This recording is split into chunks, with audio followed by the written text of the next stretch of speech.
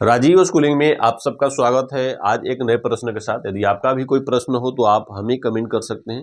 प्रश्न में लिखा है कि 30 सेमी वक्रता त्रिज्या के 30 सेमी वक्रता त्रिज्या को आर से प्रदर्शित करते हैं, जिसे रेडियस ऑफ कर्वेचर कहा जाता है, कि उत्तल दर्पण के सामने 5 सेमी ऊंची वस्तु दर्पण से 10 सेमी की दूरी पर रखी है।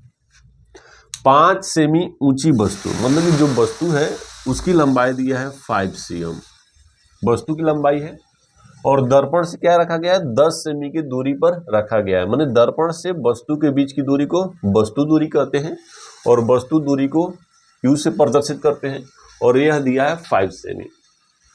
प्रतिबिंब की स्थिति, आकार और प्रकृति ज्ञात करना है कि प्रतिबिंब कैसा बन रहा है, किस प्रकार का बन रहा है और कहां बनता है। दिया क्या है कि 30 सेमी वक्रता त्रिज्या है। वक्रता त्रिज्या को r से प्रदर्शित करते हैं और r बराबर है 30 cm। यह दर्पण कौन सा है, उत्तल दर्पण है। उत्तल दर्पण बनाते हैं, ये उत्तल दर्पण हो गया। उत्तल दर्पण वैसा दर्पण होता है जिसके भीतरी जो सतह होता है उस पर पॉलिश किया होता है और बाहरी सतह से प्रकाश का प्रवर्तन होता है।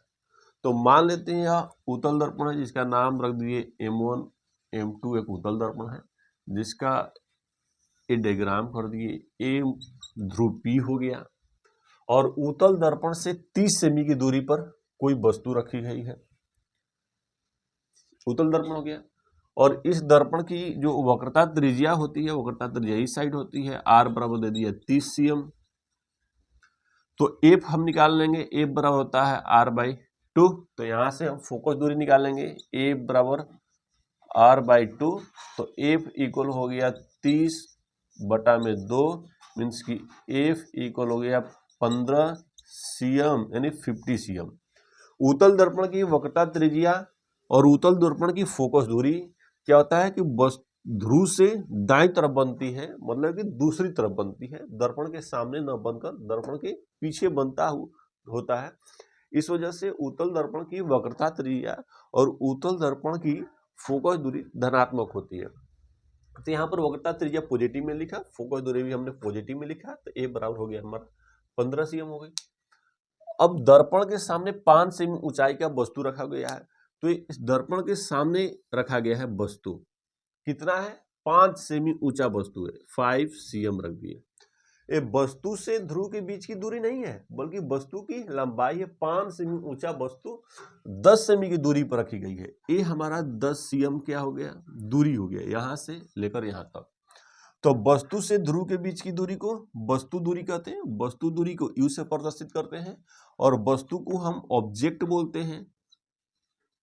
तो ऑब्जेक्ट को O से डिनोट करते हैं, और O हमारा दिया है 5 cm। तो लिख दिए O इक्वल 5 cm, और वस्तु दूरी को U से प्रदर्शित करते हैं। U हो गया हमारा -10 cm। देखिए वस्तु दूरी U हमेशा निगेटिव होता है, चाहे वह दर्पण हो या लेंस हो, मिरर हो या लेंस हो। और मिरर में उत्तल दर्पण हो या अवतल दर्पण हो, कॉनकेव मिरर हो या कॉन्वेक्स मिरर हो, हर स्थिति में, एवरी कंडीशन में उत्तल दर्पण का जो वस्तु दूरी होती है या अवतल दर्पण की जो वस्तु दूरी होती है या लेंस की जो वस्तु दूरी होती है, वो हमेशा निगेटिव लेते हैं। क्यों लेते हैं, क्योंकि वस्तु हमेशा दर्पण के या लेंस के सामने रखी होती है, उस साइड जिस साइड से प्रकाश किरण डाली जाती है, इस वजह से निगेटिव होती है। u बराबर -10 cm ऑब्जेक्ट दूरी दे दिया है और ऑब्जेक्ट की लंबाई हमारा दे दी गई है। तो ज्ञात क्या करना है, प्रतिबिंब की स्थिति। प्रतिबिंब को v से प्रदर्शित करते हैं, v मतलब वाट ज्ञात करनी है, और प्रतिबिंब का आकार ज्ञात करना है। प्रतिबिंब की आकार मतलब कि प्रतिबिंब की लंबाई हमें निकालनी पड़ेगी, एक ऐसा होगा, और प्रतिबिंब की प्रकृति निकालना होगा कि प्रतिबिंब हमारा पॉजिटिव होगा या निगेटिव होगा, ये ज्ञात करना है। प्रतिबिंब की स्थिति मीन्स कि प्रतिबिंब जो बन रहा है वह दर्पण से कितनी दूरी पर बन रहा है, ये फाइंड करना होगा। आकार मतलब कि कितनी लंबा चौड़ा बन रहा है तो उसकी लेंथ हम निकाल लेंगे। प्रकृति निकालना है कि पॉजिटिव होगा या धनात्मक होगा। तो देखिए उत्तल दर्पण है तो उत्तल दर्पण में जो भी प्रतिबिंब बनता है वो किधर बनता है? उत्तल दर्पण में प्रतिबिंब हमेशा दर्पण के पीछे बनता है। क्या करता है? दर्पण के पीछे बनता है। इस वजह से उत्तल दर्पण की जो प्रतिबिंब दूरी होती है वो हमेशा पॉजिटिव ही होता है। उसके साथ साथ इसकी लंबाई क्या होगी कि उत्तल दर्पण प्रतिबिंब बनाता कैसा है? तो उत्तल दर्पण हमेशा वस्तु का प्रतिबिंब काल्पनिक बनाता है, सीधा बनाता है, और प्रतिबिंब काल्पनिक बनाता है, सीधा बनाता है और दर्पण की दूसरी साइड बनाता है। इस वजह से काल्पनिक प्रतिबिंब हमेशा सीधा होता है और सीधा प्रतिबिंब हमेशा क्या होता है? पॉजिटिव होता है। अभी देखिए यहाँ पर हम वस्तु की जो लंबाई रखे थे वो प्लस में लिखा गया था। क्यों लिखा गया था? कि वस्तु की लंबाई अगर सीधा ऊपर की ओर बने तो पॉजिटिव, अगर वस्तु की लंबाई नीचे की ओर हो तो निगेटिव। वैसे वस्तु नीचे की ओर नहीं रखा जाता है, उसकी प्रतिबिंब नीचे की तरफ बन सकता है, सीधा भी बन सकता है। तो जब इमेज आपका सीधा बने तो पॉजिटिव, जब इमेज आपका उल्टा बने तो निगेटिव। वस्तु जब सीधी रखी जाती है तो पॉजिटिव ले लेंगे, यदि आप उल्टा रख कर बनाना चाहें तो वहां पर निगेटिव होगा, लेकिन हमेशा आप सीधा रख कर बनाओ क्योंकि सीधा ही वस्तु रखी जाती है। इस कंडीशन में तो यहाँ पर हम पॉजिटिव रख दिया। अब इसकी इमेज हम देखेंगे कि इमेज की जो बनेगी, उत्तल दर्पण जो बनाएगा ये 5 सेमी वस्तु की जो लंबाई का जो वस्तु है इसका प्रतिबिंब किस टाइप से बनता है, तो पॉजिटिव आता है या निगेटिव आता है। आप यदि आप सिंबल सही सही रखते हैं, चिन्ह जो परिपाटी है वो अगर आप क्लियर करके सारे डिजिट को अगर आप सही साइन के साथ रखते हैं तो आप आसानी से प्रश्नों का हल कर लेंगे, क्योंकि कैलकुलेशन कुछ है ही नहीं। अब देखिए v का मान निकालना है, i का मान निकालना है, और निकालने के लिए आपके पास एक फार्मूला बचता है, फोकस दूरी 1/f equal 1/v plus 1/u। आपका फाइंड करना है v, तो v का यहाँ से हम मान निकालेंगे तो 1/v इक्वल हो जाएगा 1/f माइनस 1/u। अब यहाँ पे सबका मान पुट कर दीजिए। 1/v का फाइंड करना है। अब 1/f का मान है, f दिया है अभी हम लोगों ने निकाला था 15 cm, तो रख दिए 15 माइनस 1।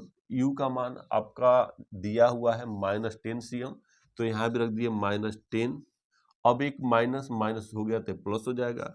1/v इक्वल 1/15 प्लस 1/10 हो जाएगा, और 15 और 10 का एलसीएम अगर आप निकालेंगे तो ये हो जाएगा 30, और 15 में 2 से 15 को से अगर 30 को डिवाइड करेंगे 2 आएगा, 2 में 1 का मल्टीपल करेंगे तो जाएगा 2 प्लस 3, यानी 1/v इक्वल हो जाएगा आपका 5/30। अब v का 5 में मल्टीपल करेंगे 5v इक्वल 30, और v इक्वल आपका हो जाएगा 30/5, तो v इक्वल आपका हो जाएगा 6 सेंटीमीटर। क्योंकि ये 6 सेंटीमीटर अब किस में आया है? पॉजिटिव में आया है। अभी हम लोग बताया था ना कि इसकी वस्तु दूरी हमेशा क्या होगी? धनात्मक होगा, क्योंकि उत्तल दर्पण है और उत्तल दर्पण का प्रतिबिंब हमेशा किधर बनता है? दर्पण के दूसरी साइड बनता है। उसके साथ साथ अभी हम लोग को निकालना क्या है? एक वस्तु की पता चल गई। अब हम इमेज जो बन रही है उसकी लेंथ निकालनी है, तो वो निकालने के लिए आप आवर्धन लगाएंगे। आवर्धन जो होता है मैग्निफिकेशन होता है। मैग्निफिकेशन आवर्धन इक्वल होता है कि प्रतिबिंब की लंबाई i अपन में वस्तु की लंबाई। फिर एक आवर्धन का फॉर्मूला होता है प्रतिबिंब दूरी अपन में वस्तु दूरी, निगेटिव सिंबल के साथ होता है। दोनों का लेफ्ट साइड इक्वल है तो राइट साइड भी इक्वल हो जाएगा। i अपन में o इक्वल -v अपन में u। i क्या है? प्रतिबिंब की लंबाई है। o क्या है? ऑब्जेक्ट वस्तु की लंबाई है। v क्या है? प्रतिबिंब की दूरी है। u क्या है? वस्तु की दूरी है। यहाँ पर हमें निकालना है i का मान फाइंड करना है, मतलब प्रतिबिंब की लंबाई फाइंड करना है। तो इसका मान नहीं दिया है तो रख देंगे। वस्तु की लंबाई हमें दिया है कितना? 5 cm, ये रख दीजिए 5 इक्वल की जगह पर इक्वल, माइनस v का मान आपने निकाला है 6 cm, जबकि v का सिंबल में ये पॉजिटिव है लेकिन फार्मूला में निगेटिव है, इसलिए हम इसको रख देंगे माइनस के साथ रखेंगे 6। u का मान आपका दिया हुआ है कितना?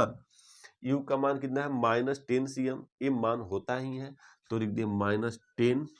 अब माइनस से माइनस कटकर प्लस हो गया, तो i का 10 में होगा 10i इक्वल 5 × 6 30 हो जाएगा। तो i इक्वल हो जाएगा 30/10 मीन्स की हो जाएगा i इक्वल 3 cm। अब देखिए i मतलब इमेज बन रहा है 3 सेमी लंबा, किस में आया है? पॉजिटिव में आया है।